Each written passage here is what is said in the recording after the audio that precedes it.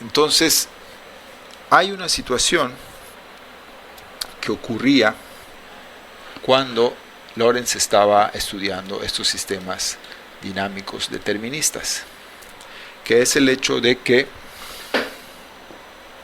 descubrió que había para ciertas variaciones del sistema, el cual vamos a escribir ahora. Este es el sistema que Lorentz utilizó para la simulación climática,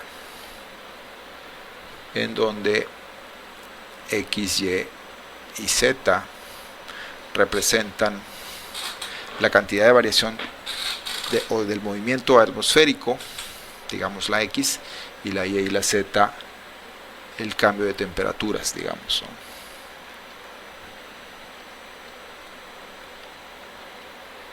Y lo que él quería saber es entonces, porque había simplificado muchas variables para reducir todo el sistema original, que era de 12 ecuaciones a solo 3, lo que quería saber es si se podía predecir el clima.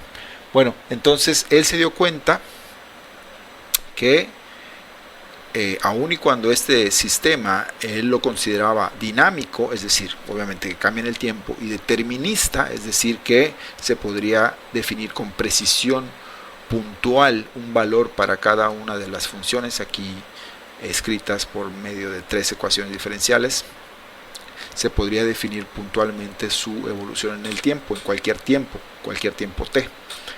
A pesar de eso, él se dio cuenta que si había un pequeño cambio, ya sea en las variables de las condiciones iniciales, es decir, las condiciones iniciales sabemos todos que es x0, que significa que ocurre en el tiempo 0 para la variable x, y y0 es igual a lo que ocurre para y0 en el tiempo 0,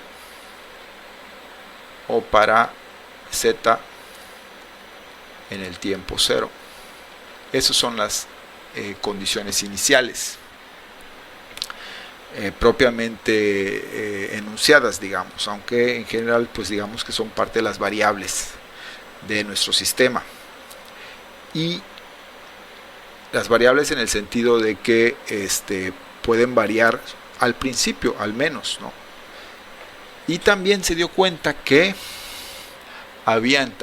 si habían cambios también en los parámetros, por ejemplo, en sigma, en rho o en beta,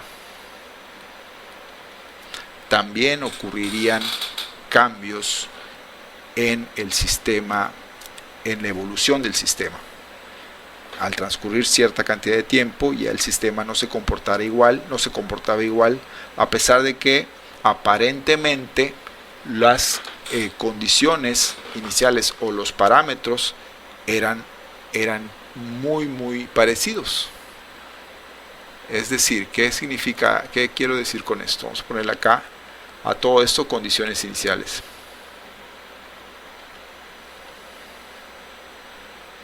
Condiciones iniciales.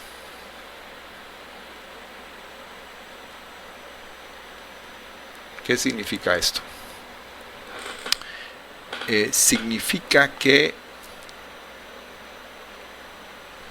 puede haber cambios tan pequeños como decimales en un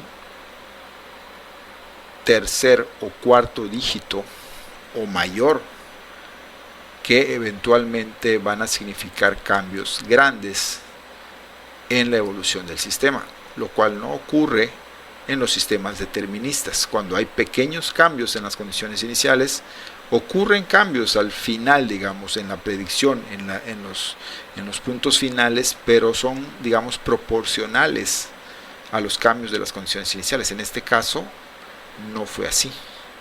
Ocurría que si había un pequeño cambio en los decimales de alguna de estas condiciones iniciales, que vamos a hablar de parámetros y variables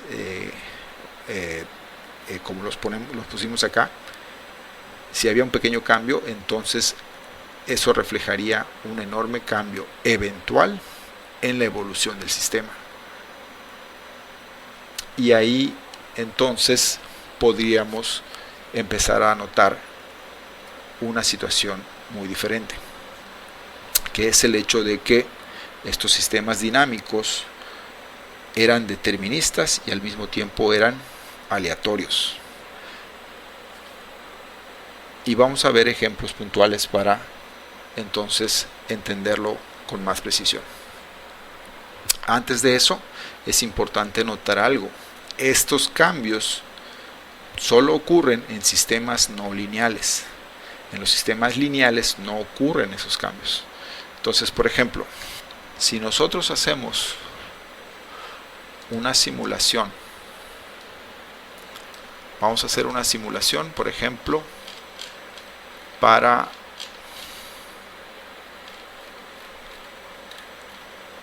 lo que ocurriría, por ejemplo,